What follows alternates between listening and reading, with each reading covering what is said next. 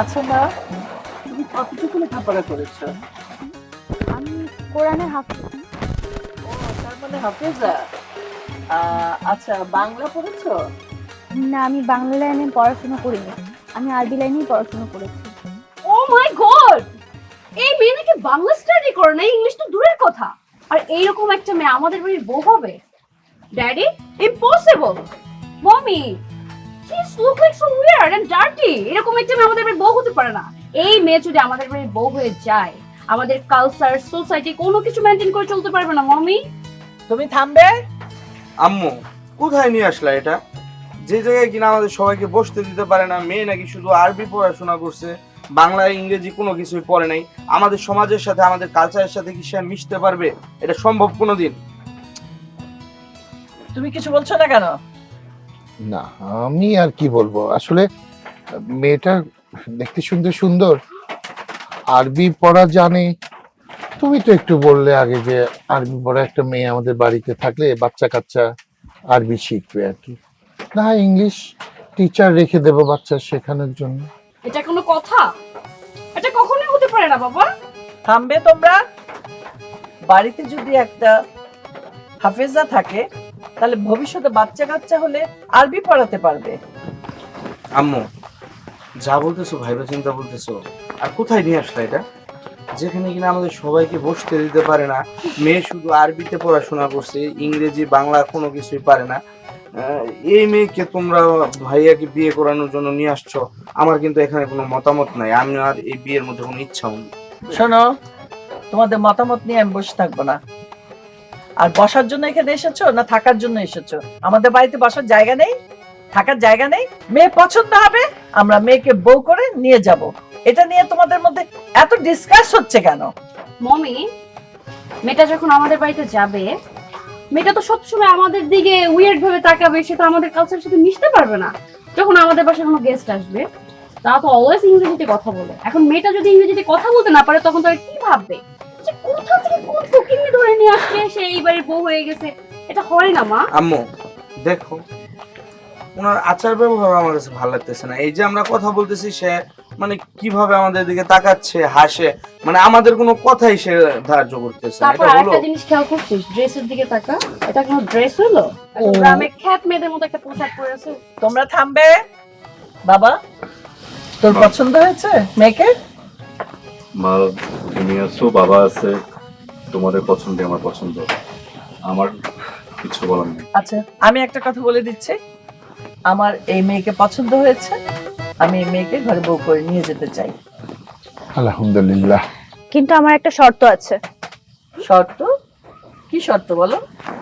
জি aunty, আপনি কখন আরবি পড়েছেন? আরবি পড়েছিলাম সে ছোটবেলায়।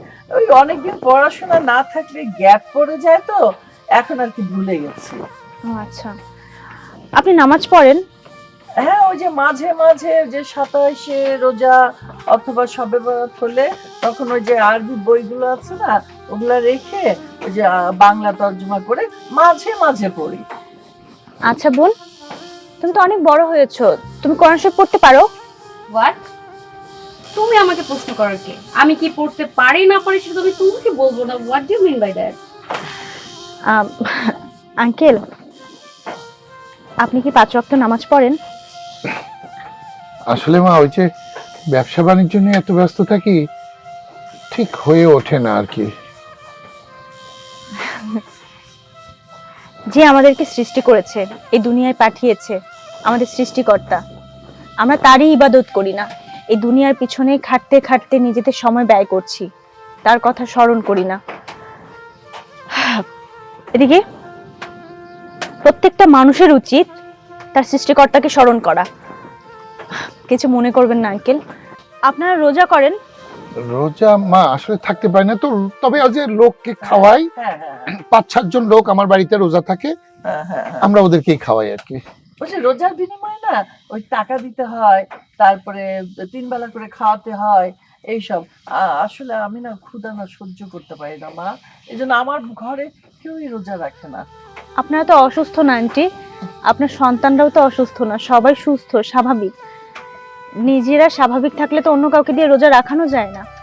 না মানে ওরাও তো ছোটবেলা থেকে রোজা রাখেনি, এই জন্য রোজা রাখাটা আসলে সম্ভব হয় না। তবে আমরা দুজন না হজ করেছি, 2 বার ওমরা হজ করেছি। আসলে আন্টি কি বলবো, আমার না আপনার ছেলেকে বিয়ে করা পসিবল না, আমাকে ক্ষমা করবেন। হোয়াট, কি বলছো তুমি ভাই সাহেব? ও কি বলছো? মাথা ঠিক আছে তো? কি ব্যাপার, ও কি বলছে? দেখেন ভাই, বিয়েটা তো করবে আমার মেয়ে, এই জন্য ওর সিদ্ধান্ত ওই নেবে, ও যেটা ভালো বুঝবে সেটাই করবে, এখানে আমাদের বলার কিছু নাই। তুমি না প্রথমে আমাদেরকে শর্ত দিয়েছিলে, এইসব প্রশ্ন রেখে সেই শর্তের কথা বলো। আমি এক শর্তে আপনার ছেলেকে বিয়ে করতে পারি, আপনাদের সবাইকে 5 ওয়াক্ত নামাজ পড়তে হবে। আপনারা কেউ যদি 1 ওয়াক্তের নামাজ মিস দেন, সেদিন আপনাদের খাবার বন্ধ থাকবে, এবং নামাজের সব নিয়ম কানুন আমি শিখিয়ে দিব, তাতে কোনো সমস্যা নেই। আর আন্টি, আপনি আর আপনার মেয়ে আমার কাছে কোরআন শিক্ষা নেবেন, এটাতে যদি আপনারা রাজি থাকেন তাহলে আমি বিয়েতে রাজি। আম্মু, এখানে কি বিয়ে করাইতে আসছো নাকি মাদ্রাসার মধ্যে ক্লাস নিতে আসছি আমরা সবাই? আর তাছাড়াও দুনিয়া থেকে মেয়েরা বাপ পড়ছে মমি, এত সুন্দর সুন্দর মা আমাদের সোসাইটিতে, সেই সব মেয়ে রেখে গ্রামের মধ্যে একটা খ্যাত মেয়েকে বিয়ে করাতে হচ্ছে, সেই মেয়ে আমাদেরকে দাঁড় করিয়ে রেখে জ্ঞান দিচ্ছে, আর তার শর্ত আমাদেরকে মেনে নিতে হবে। ইম্পসিবল, আমি এইসব কোনো শর্ত মানতে পারবো না। হ্যাঁ, আমাদের ওই একই কথা, আমার মেয়ে যে শর্তগুলো দিছে সেগুলো আপনাদের মানতে হবে। গরিব হয়েছেন কিন্তু আপনাদের ইগো যায় না, ইগো, পেটে ভাত নাই, ইগো যায় না। নামাজ রোজা নিয়ে আছেন, একটা ভালো সম্বন্ধ আসছে, সেটাকে আপনারা তোয়াক্কা করছেন না, আমাদেরকে অপমান করছেন। কি কি পেয়েছেনটা কি আপনারা? আমরা এত ভালোভাবে বললাম যে একটা হাফিজি মেয়েকে আমি আমার বাড়িতে বউ করে নিয়ে যাব, না, তা রেখে বারবার আপনি আমাকে অপমান করছেন। এই বাড়িতে কি তুমি আমাকে অপমান করার জন্য এনেছো? হ্যাঁ, এই বাড়িতে মেয়ে দেখতে এসেছি নাকি অপমান হওয়ার জন্য এসেছি? এখানে আমি বিয়ে করাবো না আমার ছেলেকে। আয় চল, আসো, আয় মা।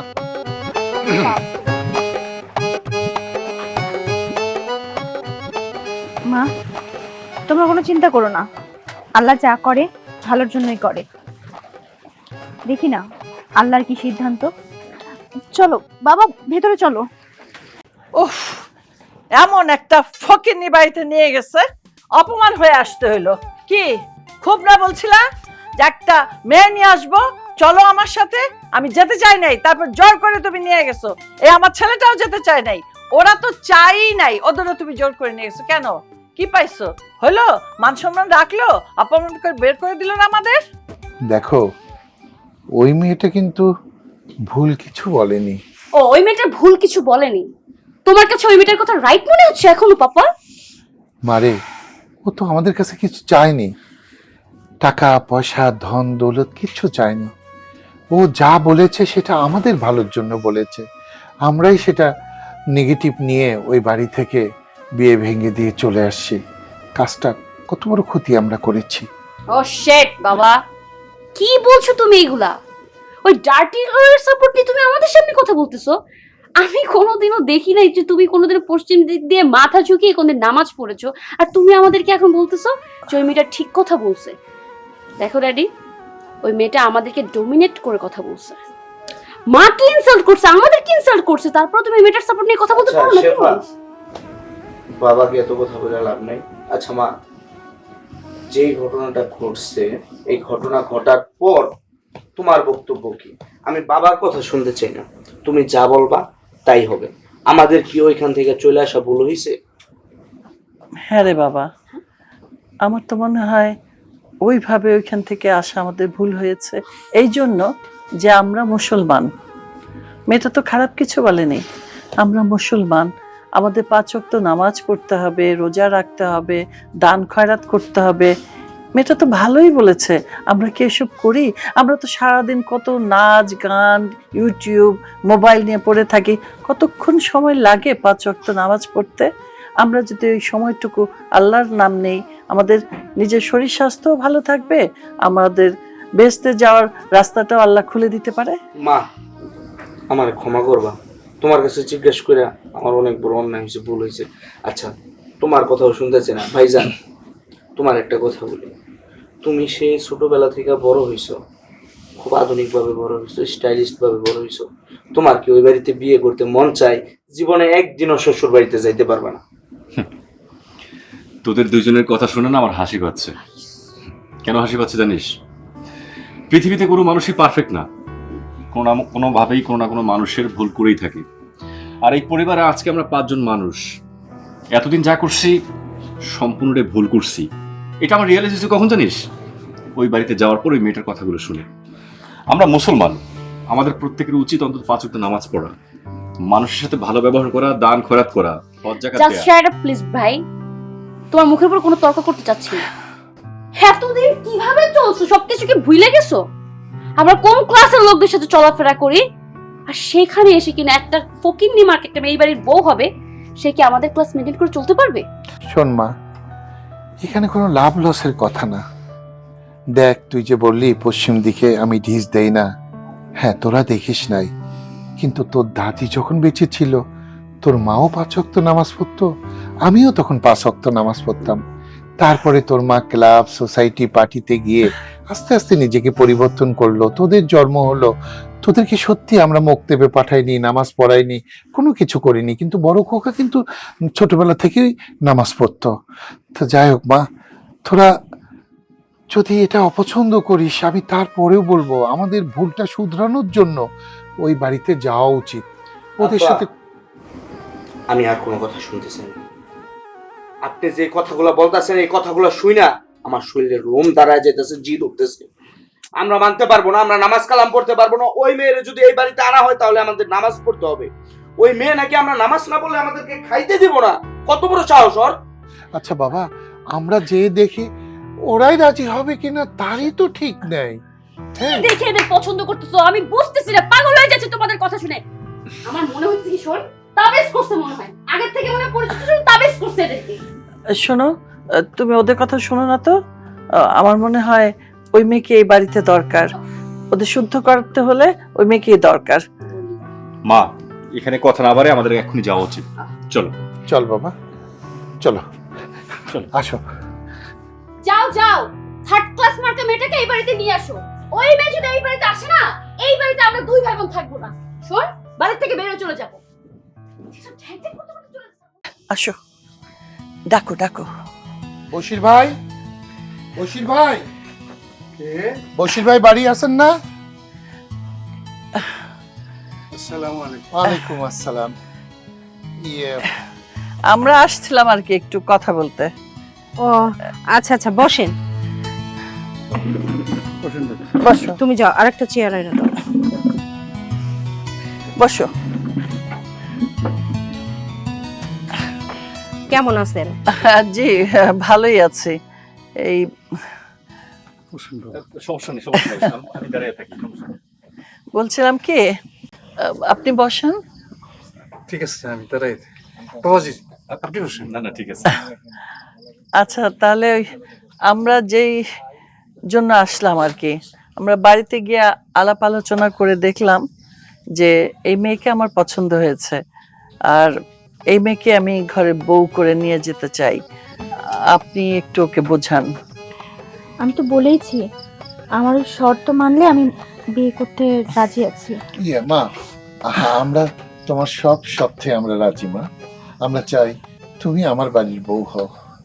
আর মা, সব কিছু একসাথে তো পাওয়া যায় না। তুমি ওই বাড়ির বউ হও, তুমি এদের বুঝিয়ে সুঝিয়ে তোমার মতো করে নিবে, এটাই তো তোমার পরীক্ষা। আর এই পরীক্ষা যখন সফলতা অর্জন করবে তখন তো তুমি আদর্শ বউ হবে, তাই না? এই জন্য বলি কি, ওনরা যখন আবার আসছেন রাজি হয়ে যাও মা।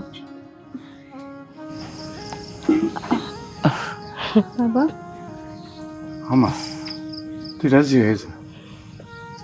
আমি তোমাকে আরেকটু কথা দিচ্ছি, তোমার কথা মতো আমরা সব করব, নামাজ রোজা। আর আমার ছেলে আর মেয়ের কথা বলছো না, ওই ছোট ছেলে মেয়ে, ওরা তো আসলে এই যুগের। তো তুমি যদি বাড়িতে যাও, ওদের বুঝিয়ে শুনিয়ে তুমি ঠিক ওদের ঠিক করে নিতে পারবে। একটু সময় দিতে হবে, কি পারবে না? আমার কোনো আপত্তি নেই। আলহামদুলিল্লাহ, খুব খুশি হলাম। আমরা বৌমাকে আজকেই নিয়ে যেতে চাই আমাদের বাড়িতে, কি বলো? বশির ভাই, আপনি কাজের ব্যবস্থা করেন, এই লগ্নে আমরা বিয়ে শাদী করে নিয়ে চলে যাব। আচ্ছা ঠিক আছে, যাও। আমি কাজের ব্যবস্থা করতেছি। আচ্ছা ঠিক আছে, আপনার ভিতরে আসেন। হ্যাঁ চলেন।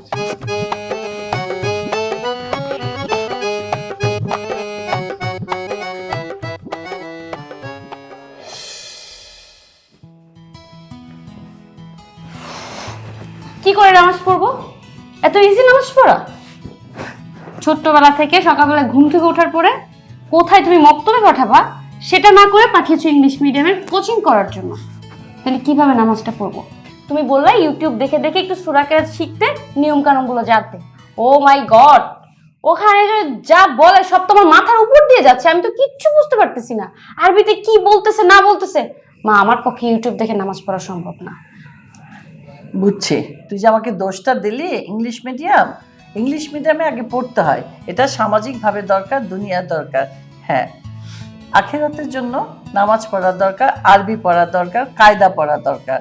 আমি ভেবেছিলাম যে আগে ইংলিশ মিডিয়ামে ভর্তি করি তোদের, পরে একটু বড় হলে সময় পেলে তোদের আমি আরবি মাস্টার রেখে দেব, অথবা মসজিদে পাঠাবো, মক্তবে পাঠাবো।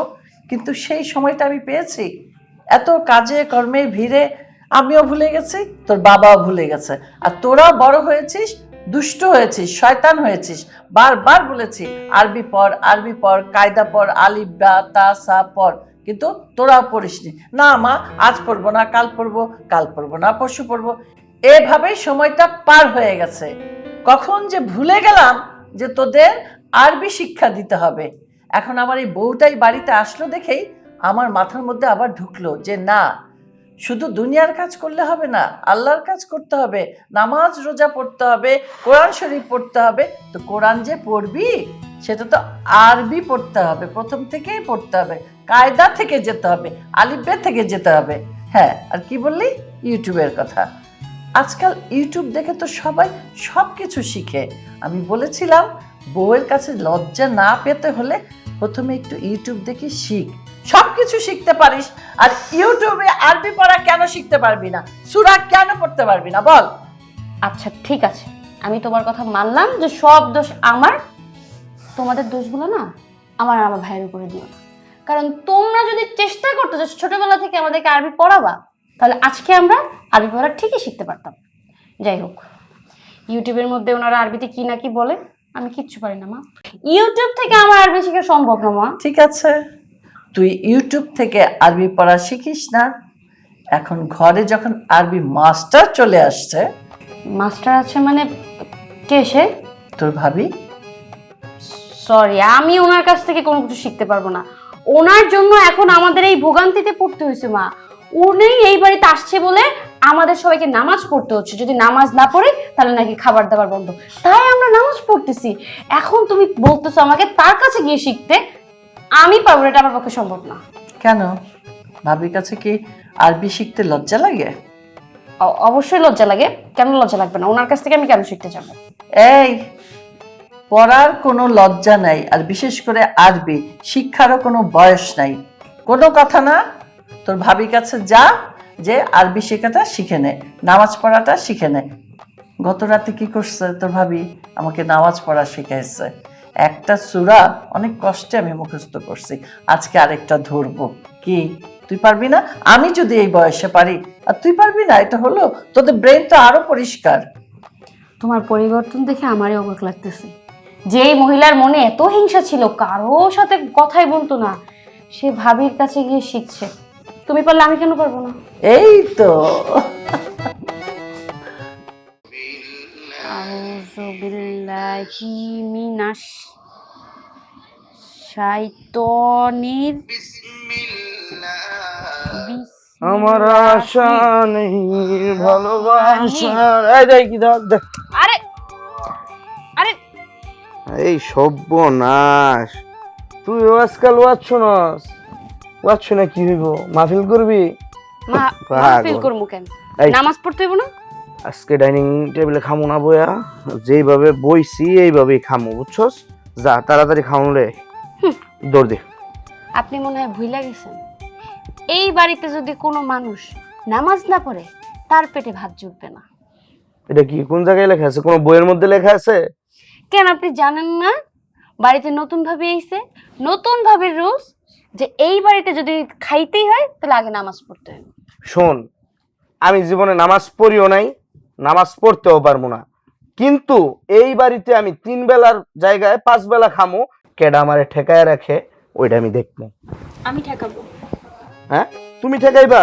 তোমার এত ক্ষমতা হয়ে গেছে? তুমি এই বাড়িতে নতুন বউ হিসাবে আসছো, যেহেতু তুমি এই বাড়ির নতুন বউ, নতুন বউয়ের মতো থাকবা। আমার সাথে যদি লাগতে আসো ভাবি, খুব খারাপ হইব। দেখবা তোমার বিপরীত এমন একটা প্লেয়ার আইনা খাড়া করাই দিমো, এই কুল ওই কুল দোনো কুল হারাইবা। তুমি আমাকে কুল হারানোর ভয় দেখাও না ভাই। আচ্ছা সব কথা বাদ দাও, তুমি বলো আজকে কি নামাজ পড়েছো? জোহরের নামাজ পড়েছো? জি না, জোহরের নামাজ আমি পড়ি নাই। জোহরের নামাজের সময় আমি মাঠে ক্রিকেট খেলা দেখছি।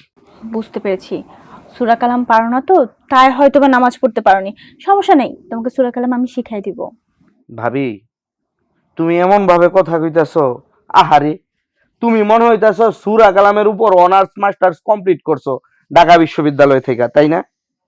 হ্যাঁ, আমি সূরা কালামের উপর অনার্স মাস্টারই পাশ করেছি। যাই হোক, এমন ভাবে তুমি বলছো তুমি মনে হয় সূরা পারো। ভাবি, তুমি আমারে চেনো না, আমি হইতাছি একটা বারুদ। সব বিষয়ে আমার নলেজ আছে। একটা মানুষের জীবনে চলাফেরার জন্য যতগুলা সূরা কালাম প্রয়োজন সবগুলা আমি আলহামদুলিল্লাহ পারি। জীবনে পশ্চিম দিকে মুখ ঘুরে দেওয়া তাই আবার কাছে সূরা কালাম সবকিছু পারি। শিখছিলি কবে? জুতাটা খোলা দেখছো, টাস টাস করে দুইটা বাড়ি দিবি গালের মধ্যে। কথা কইতাছে বড়রা, তুই ছোট হয়ে মাঝখানে কথা কইলি কেন? আচ্ছা ঠিক আছে, আলহামদুলিল্লাহ অনেক ভালো তুমি সূরা পারো। আচ্ছা তুমি আমাকে সূরা ফাতিহাটা একটু বলো তো। ভাবি, আমি এত বোকা না, এখন আমার অজু নাই। আমি অজু ছাড়া আমার মুখের মধ্যে সূরা নিতে পারবো না। আমি এত বড় বেকুব না। না ভাই, সূরা কালাম পড়ার জন্য ওযুর প্রয়োজন পড়ে না, মুখ সবসময় পাকি থাকে, তুমি যে কোনো সময় সূরা পড়তে পারো। মূল বিষয় হইতেছে, আমি জানি এইগুলো হাদিস আমার জানা আছে, কিন্তু আমি এখন আপনাকে সূরা শোনাতে পারবো না। আমার মনটা চাচ্ছে না, আমার রুচি হচ্ছে না যে আপনাদের মতন দুইটা মহিলা মানুষের সামনে আমি সূরা বলি। তাহলে আর কি করার ভাই, তোমাকে তো আমি খাবার দিতে পারছি না। আর আমার সাথে তো সেই কথাই হয়েছে, সেই চুক্তিতেই আমি এই বাড়িতে এসেছি। এই বাড়িতে যদি কেউ সূরা কালাম না পড়ে বা নামাজ না পড়ে 5 ওয়াক্ত, সে খাবার পাবে না। ভাবি, তোমার আটকায় দেবো, জায়গা মতো আটকা যাইবা। একটা ক্ষুধার্ত মানুষ তোমার সামনে বৈশা খাবার চাইতেছে, তুমি খাবার দিতেছো না, হাসরের দিন জবাব দিতে পারবা? এই যে এত হাদিস কালাম সূরা কালাম নিয়ে কথা বলতেছো, হাসরের দিন কিন্তু আটকা যাইবা। মন থাইকা, এই সহি মন থাইকা যদি একটা অভিশাপ দেই, লেগে যাইবো কিন্তু ভাবি। আমি তোমাকে কষ্ট দিতে চাচ্ছি না তো, তুমি আমার এইটুকু কথা শোনো। এখন সূরা কালাম যদি না পারো তুমি আমাকে বলতে পারো, আমি শিখাবো তোমাকে। না, আমি সূরা কালাম যদি কোনোদিন নাও পারি, সূরা কালামের জন্য যদি আমার জাহান্নামে যাইতে হয়, আল্লাহ যদি আমাকে গুরজু দিয়া পার দেয়, তবে আমি তোমার কাছ থেকে সূরা কালাম শিখতে চাই না। আমার খাউন দিবা না তো? আল্লাহর রহমতে আমার পকেটে টাকা আছে, আমি হোটেল সুরমা থেকে খাইয়া নিমু। তোমার খাবারের অপেক্ষা আমি করব না। কিন্তু হ্যাঁ, তুমি আজকে আমার সাথে যে কাজটা করলা, এই কাজের জবাব আমি দিব। আচ্ছা তোমার পকেটে কয় টাকা আছে ভাই?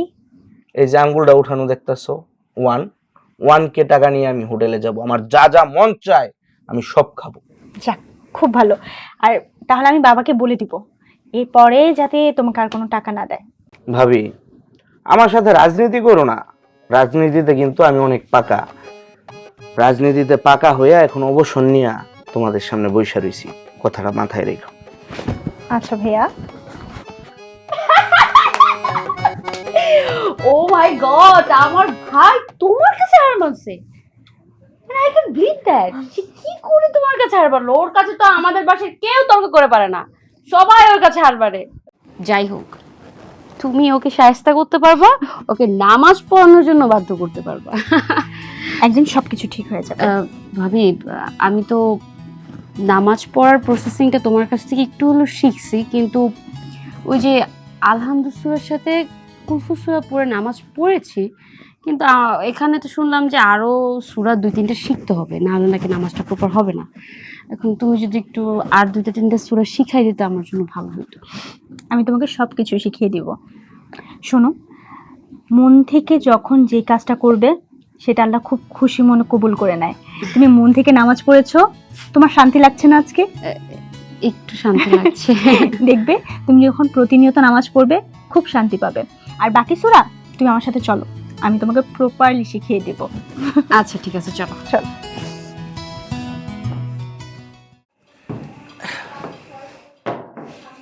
আসসালামু আলাইকুম।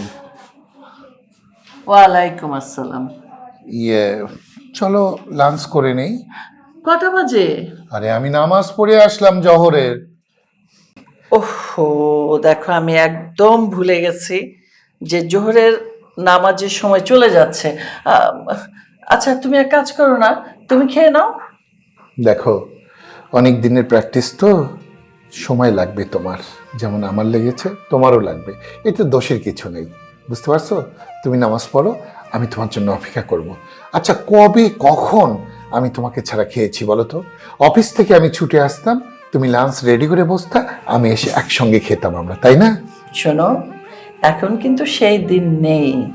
এখন সংসারে একটা বৌমা এসেছে এবং সে একদম 5 ওয়াক্ত নামাজ পড়ে, টাইমলি খাওয়া দাওয়া সব কিছু। তাহলে আমাদেরকেও সেভাবে চলতে হবে। এই দেখো কাজে কর্মে আমি একদম ভুলে গেছিলাম জোহরের নামাজের সময় যে চলে যাচ্ছে। তুমি আসাতে তো আমার মনে পড়লো। যাক ভালোই হলো। তুমি এক কাজ করো, তুমি যে খেয়ে নাও, আমি একটু পরে খাই। না না, সেটা হয় না। আমি নিচে গিয়ে বসি, তুমি নামাজ আদায় করে আসো, আমরা দুজন একসঙ্গেই খাবো, ঠিক আছে? দেখো না বৌমা কত পরিবর্তন করে দিয়েছে আমাকে। আমি গত রাতে একটা সূরা মুখস্থ করেছি এবং আজকে একটা ধরবো। প্রত্যেক দিন সন্ধ্যার পরে বৌমাকে বসে বসে সব বোঝায় যে এটা করলে এটা হয়, হাদিস, কোরআন। তো আমি ঠিক করেছি আমিও নতুন করে কোরআন শরীফ পড়বো, কায়দা থেকেই শুরু করব। কি বলো? শোনো, আমিও মসজিদে নামাজের পরে তালিম হয়, আমিও তালিমে বসতেছি। লজ্জা পাই বাচ্চা পোলাপানদের সঙ্গে সূরা মুখস্থ করতে, কিন্তু কি করব বলো, করতে তো হবে। এতদিন বুঝিনি দুনিয়ায় সব কিছু না, আখিরাতের জন্য তো কিছু করতে হবে। সেটাই। এই ধন সম্পদ, টাকা পয়সা, গাড়ি বাড়ি সব কিছু রেখে ওই 3.5 হাত কবরেই আমাদের যেতে হবে। হ্যাঁ। সঙ্গে কি নিয়ে যাব, এতদিন বুঝি নাই। আজকে হারে হারে বুঝতেছি কত ভুল করেছি। হুজুর কি বললো জানো? প্রতিটা ওয়াক্তের নামাজের সময় আমাদেরকে কাজা নামাজ পড়তে হবে। হ্যাঁ, হ্যাঁ, তাহলে নাকি জীবনের সমস্ত নামাজগুলো আস্তে আস্তে কভার হয়ে যাবে। ওটা শুনলাম যে ওমরে কাজা বলে। হ্যাঁ হ্যাঁ হ্যাঁ, আমি এটা শুনলাম। না ঠিকই ঠিকই শুনেছো, আমার বৌমা মনে হতে অনেক পারে। কিছু জানে, বৌমা অনেক কিছু জানে। হুজুর যেগুলো বলে বৌমা সেগুলোই তোমাকে বলে। ছেলে মেয়ে দুটোকে নিয়েই চিন্তায় আছি। একদম চিন্তা করবে না, আমি ওদের বুঝিয়ে শুনিয়ে ঠিক বৌমার কাছে পাঠিয়ে দিব শিক্ষা নেওয়ার জন্য। ছেলে দুটোকে নিয়ে যদি মসজিদে আমার সঙ্গে যেতে পারতাম আর ওরা যদি আমার সঙ্গে নামাজ আদায় করতো তাহলে খুব ভালো হতো। শোনো, কাল থেকে বড় ছেলেকেও বলবো, ছোট ছেলেকেও বলবো, ওরা দুজন আমার সঙ্গে ফজরে নামাজে যাবে। মসজিদে গেলে ওদের মন পরিবর্তন হয়ে যাবে, তখন আর ওরা নামাজ ছাড়তে পারবে না। আচ্ছা, কথায় কথায় কিন্তু অনেক কথা হয়ে গেল, নামাজের ওয়াক্ত চলে যাচ্ছে। হ্যাঁ হ্যাঁ, তুমি নামাজ পড়ো, আমি নিজে অপেক্ষা করছি। আচ্ছা যাও, আমি পরে আসছি, অজুটা করে নেই। কত বেলা হয়ে গেছে, উনি এখনো আসলো না, কোথায় যে আছে। আসসালামু আলাইকুম। আলাইকুম আসসালাম। কোত্থেকে আসলেন? নামাজ পড়েছেন? হ্যাঁ, আজকে মসজিদে যাওয়ার পরে মানে সবাই এতটা খুশি হয়েছে, আর সবার খুশি দেখে আমার নিজেরও খুব আনন্দ লাগতেছে। আর তাছাড়া নামাজ পড়লে যে আল্লাহর তরফ থেকে একটা সম্মান চলে আসে, এটা আজকে আমি বুঝলাম। এতদিন মসজিদে যাদেরকে দেখলাম এদের সাথে আমার রাস্তাঘাটে দেখা হতো, কিন্তু তারা আমাকে না ওইরকম সম্মান করতো না। কিন্তু আজকে মসজিদে যাওয়ার পরে প্রত্যেকটা মানুষ আমাকে যেরকম ভালোবাসা দেখাইছে, এটা আসলে সত্যি অন্যরকম ছিল। আমার খুব ভালো লাগছে আপনাদের পরিবর্তনগুলো দেখে। মা কি সুন্দর করে নামাজ পড়ছে, ছোট বাচ্চাদের মতো আমার কাছে এক একটা প্রশ্ন করছে যে এটা কিভাবে করে, ওটা কিভাবে করে, খুব আগ্রহ নিয়ে। বাবা আমাকে বলছে, বাবা তো অনেক কিছু জানে টুকটাক, কিন্তু কাজের পারপাসে ওনার অনেক সময় নামাজ পড়া হয়ে ওঠে না। আর শেফা অনেকটা পরিবর্তন হয়ে গেছে। আল্লাহ ভরসা, সব ঠিক হয়ে যাবে ইনশাল্লাহ। আচ্ছা, আমরা এখানে বসে কথা বলছি, আমি এখনো খাওয়া দাওয়া করিনি। ভাবলাম যে আপনি আসবেন, দুজন একসাথে খাওয়া দাওয়া করব। হ্যাঁ, শুধু আমরা দুজন না, পরিবারের সবাই মিলে একসাথে আজকে দুপুরে খাওয়া দাওয়া করবো। বাকিরা খাবার খেয়ে ফেলেছে, আর ছোট ভাই আমার সাথে রাগ করে বাইরে চলে গিয়েছে। কেন? তাকে নামাজে কথা বলেছিলাম, বাট সে পড়বে না। আপনার ছোট ভাই তো একটু জেদি, এটা তো আপনি জানেন। যাই হোক, তুমি এটা নিয়ে একদম চিন্তা করো না। আস্তে আস্তে দেখবা যে আল্লাহর বিশেষ রহমত ওর মধ্যেও চলে আসবে, তখন পরিবারের সবার মতো ও হয়ে যাবে। চলেন আমরা খাবার খাবো। চলো।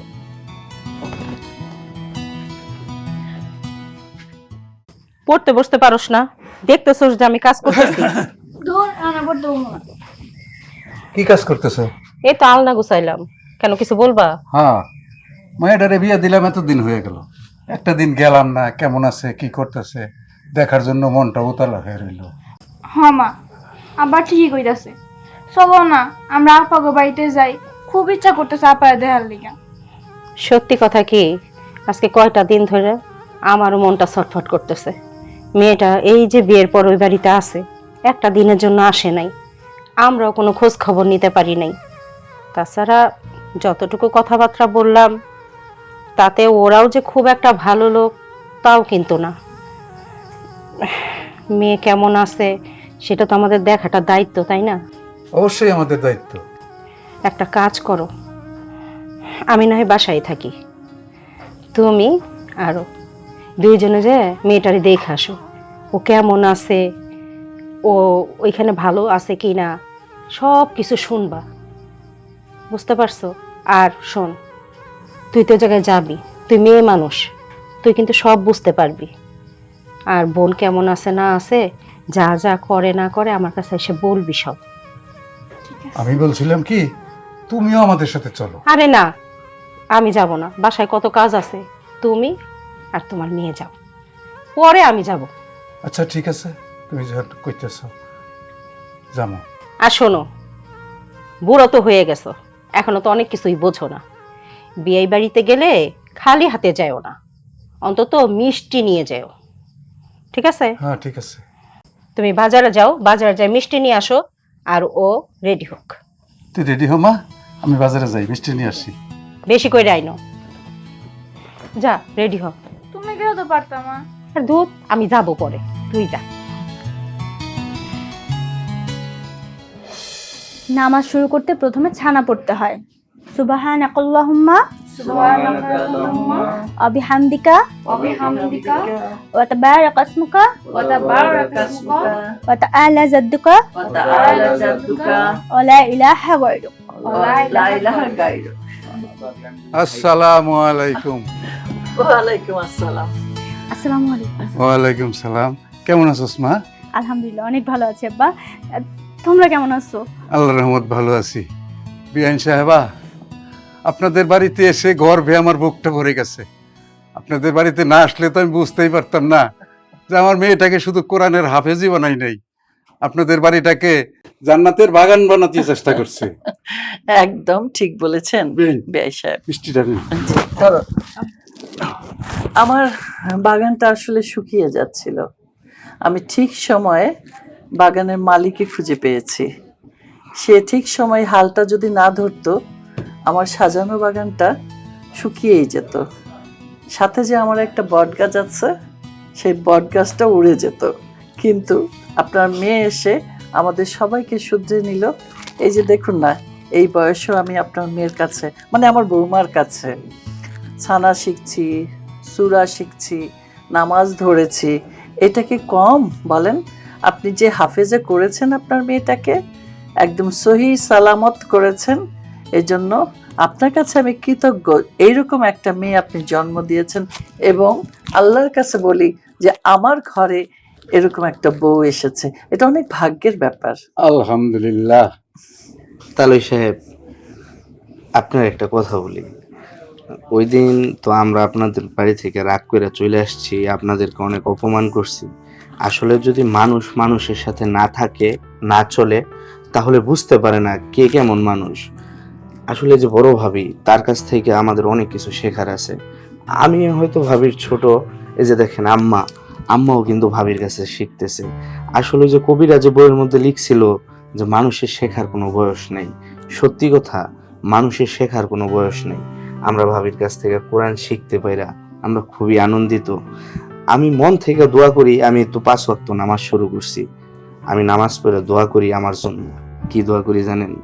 আমি আমার নিজের জন্য দোয়া করি। আমি দোয়া করি ভাবির মতন যে নেককার একটা বউ আমার কপালে আল্লাহ দিয়ে দেয়।